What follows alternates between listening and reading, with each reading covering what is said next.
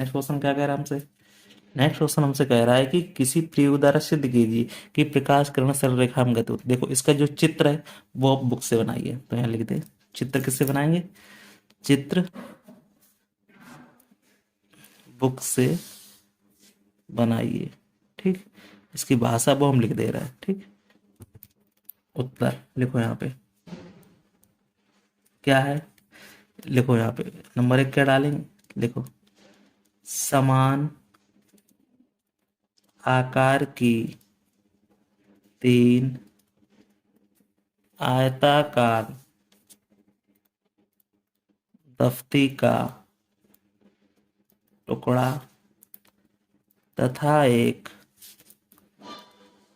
मोमबत्ती लीजिए।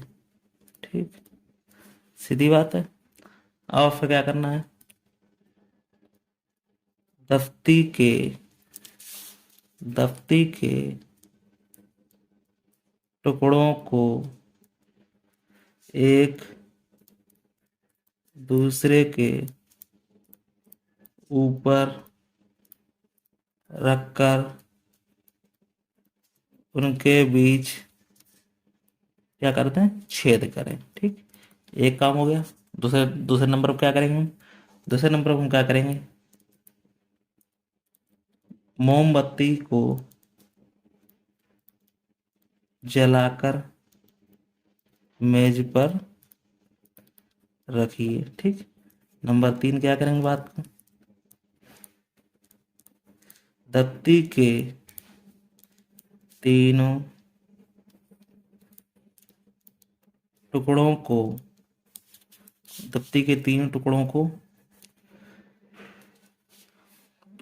को गीली मिट्टी की सहायता से सीधा खड़ा करके इस प्रकार रखिए कि तीनों टुकड़ों में बने छिद्र एक क्या हो, एक सरल रेखा में हो। सरल रेखा का मतलब एक सीध में हो। ठीक, अगला पॉइंट क्या होगा, मोमबत्ती को इस प्रकार प्रथम टुकड़े के सामने रखिए ताकि इसकी लौ कहाँ हो, छिद्रों के सामने हो, छिद्रों के सामने हो। ठीक, चलिए नेक्स्ट बात क्या करेंगे हम, फिर 5वें नंबर क्या करेंगे, अब अंतिम दफ्ती के टुकड़े के सामने नेत्र द्वारा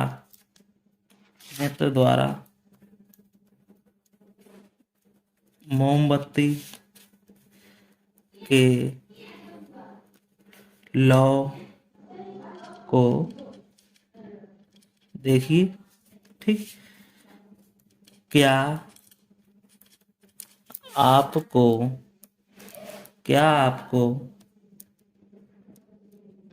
मोमबत्ती की लौ दिखाई पड़ती है? हम मोमबत्ती की लौ को अंतिम दफ्ती के टुकड़े के छिद्र द्वारा देख सकते हैं। ठीक, अब क्या करना है, अब बीच वाले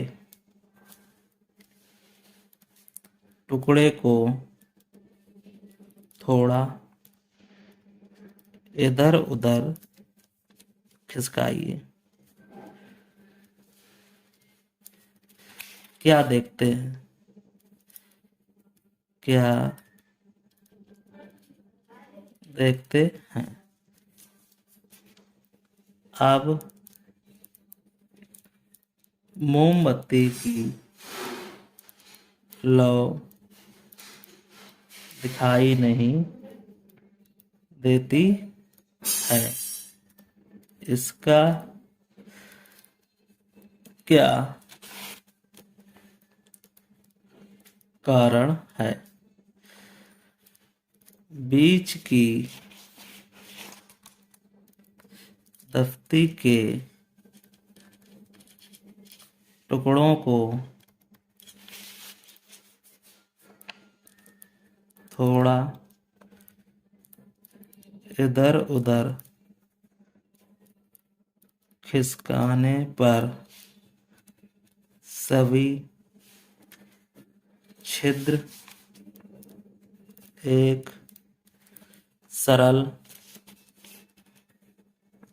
रेखा में नहीं रहते हैं, जिससे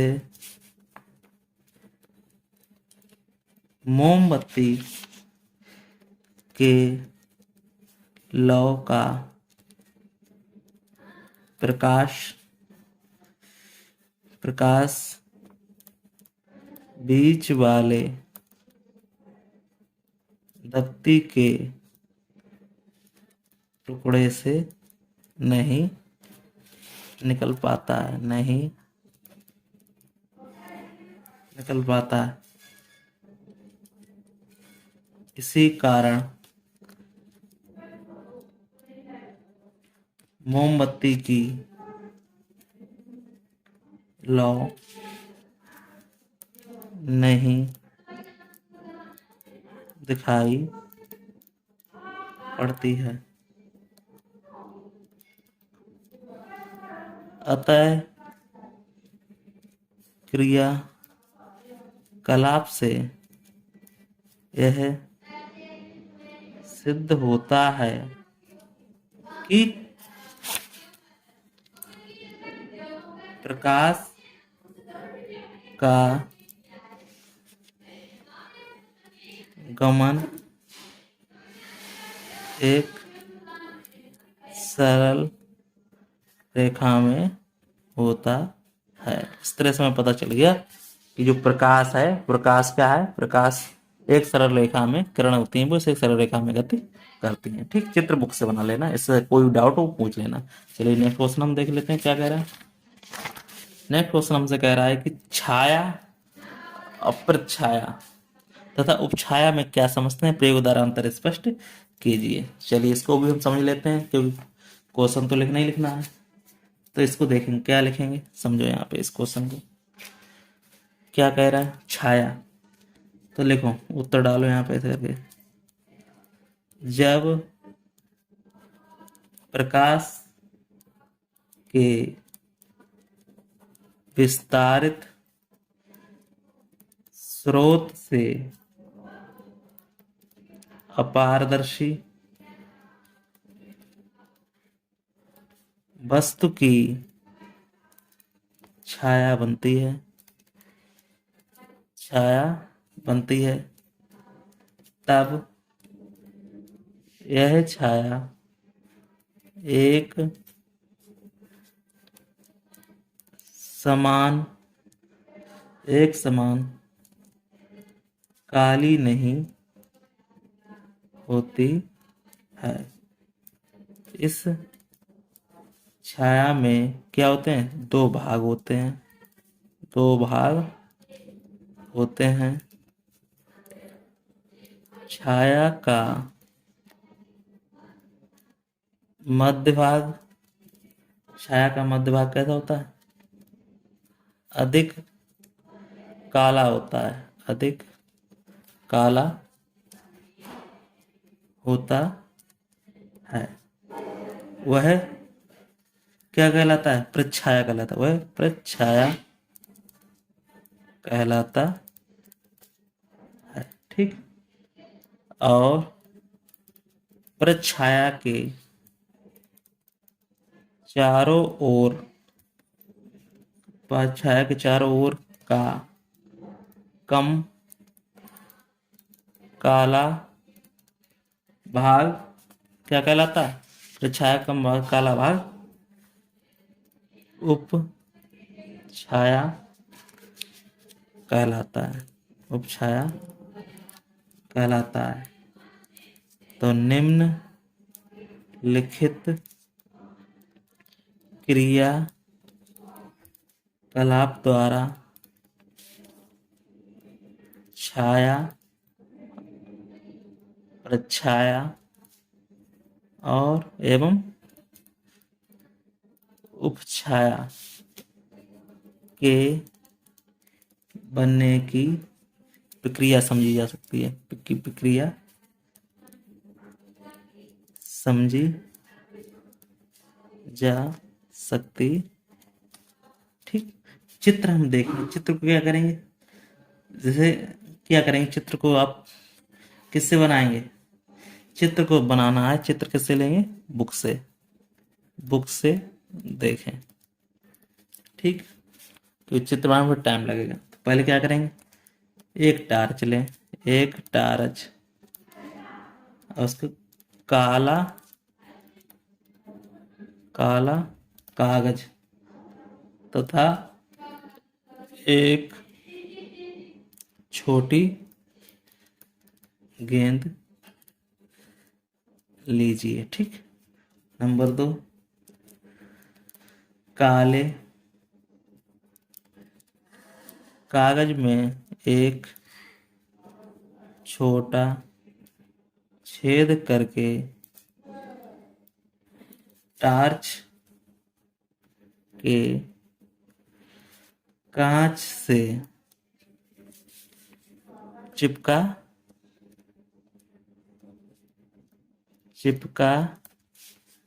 दीजिए। ठीक। फिर क्या करना है? टार्च से या टार्च को जलाकर कमरे के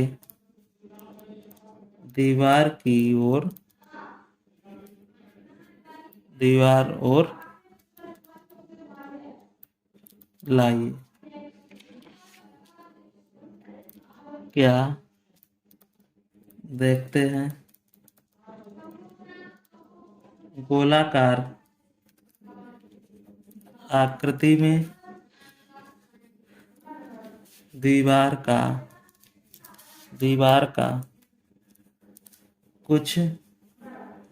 कुछ भाग क्या होता है? प्रकाशित होता है, प्रकाशित हो जाता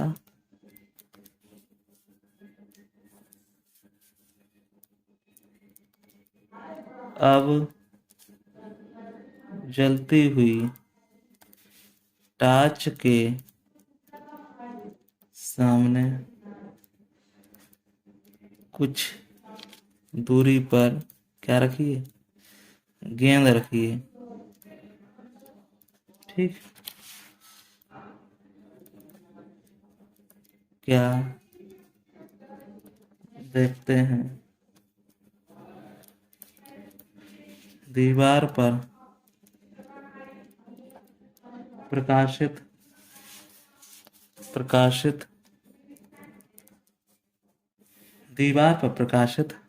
भाग के स्थान पर क्या आता है? गोलाकार अंधेरी आकृति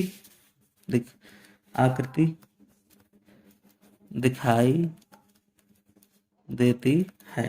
ठीक। गोलाकार गोलाकार अंधेरी आकृति गेंद द्वारा प्रकाश की किरणों को क्या करता है, रोक लेने के कारण बनती है, लेने के कारण बनती है। ठीक, गोलाकार अंधेरी आकृति को गेंद की क्या कहते हैं, छाया कहते हैं, गेंद की छाया कहते हैं। ठीक, फिर क्या कर रहा है, टार्च के कांच से काले कागज को हटाकर पुनः टार्च जलाएं तथा उतनी ही दूरी पर गेंद को रखिए। दूरी पर टार्च को क्या कर, काला रंग हटाकर टार्च को क्या करना है हमें, हटाकर पुनः टार्च को उतनी दूरी पर रखिए। क्या देखते हैं। ठीक, फिर क्या करना है मुझे, दीवार पर गोल आकृति का अंधेरा स्थान और उसके चारों ओर धुंधले प्रकाश से प्रकाशित चौड़ा छल्ला दिखाई पड़ता है। ठीक, अंधेरी गोल आकृति को क्या कहते हैं, प्रच्छाया तथा धुंधले गोल छल्ले को प्रच्छाया कहते हैं। ठीक, प्रकाश स्रोत बिंदुवत होने पर छाया तथा बड़ा होने पर प्रच्छाया व उपछाया प्राप्त होती है। ठीक, इसी को हम कहते हैं। ठीक, कोई डाउट हो उसको पूछ लेना। चलिए, इस तरह से आपको ये समझ आए। अगर आप ध्यान से पढ़ेंगे तो बात को आप समझ पाएंगे, इसको क्रियाकलाप को तुम घर पे ही कर पाएंगे। चलिए नेक्स्ट क्वेश्चन हम देख लेते हैं। नेक्स्ट क्वेश्चन हमारा क्या कह रहा है, नेक्स्ट क्वेश्चन कह रहा है सूर्य ग्रहण कब और चंद्र ग्रहण कब कैसे बनता है, इसको हम देख लेते हैं। लिखो उत्तर। ठीक, पृथ्वी तथा चंद्रमा द्वारा चक्कर लगाते लगाते एक ऐसी स्थिति में आ जाते हैं कि सूर्य चंद्रमा सूर्य सूर्य, चंद्रमा तथा पृथ्वी तीनों एक सरल रेखा में इस प्रकार आ जाते हैं। एक सरल रेखा का मतलब है एक सीध में आ जाते हैं। ठीक, कि चंद्रमा, सूर्य और पृथ्वी के बीच आ जाता है। इस स्थिति में चंद्रमा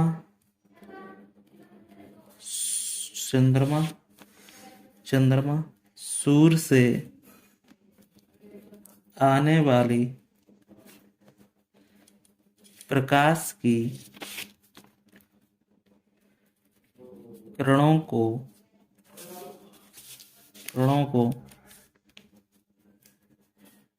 पृथ्वी तक आने से रोकता है, जिसके कारण चंद्रमा की छाया पृथ्वी पर पड़ने लगती है और सूर्य दिखाई नहीं देता है। इस स्थिति को क्या कहते हैं? सूर्य ग्रहण कहते हैं। ठीक, और सूर्य ग्रहण सदैव कब होता है? अमावस्या के दिन पड़ता है। ठीक, और जब सूर्य और चंद्रमा के मध्य पृथ्वी आ जाती है तो सूर्य का प्रकाश चंद्रमा तक नहीं पहुंच पाता है, क्योंकि पृथ्वी सूर्य से आने वाले प्रकाश की किरणों के मार्ग में अवरोध उत्पन्न करती है, जिसके फलस्वरूप चंद्रग्रहण लगता है। तो यहाँ लिख दो, चंद्र ग्रहण सदैव कब होता है? पूर्णिमा के दिन पड़ता है। ठीक, अब हमने इसमें क्या कर दिया? सूर्य ग्रहण और चंद्र ग्रहण के बारे में बता दिया। कोई डाउट हो उसको जरूर पूछें। ठीक, इस तरह से हमारा चैप्टर क्या हो गया? दी एंड हो गया। फिर मिलते हैं किसी नेक्स्ट चैप्टर में, तब तक के लिए धन्यवाद। ठीक, फिर मिलते हैं। वीडियो को लाइक सब्सक्राइब जरूर करें।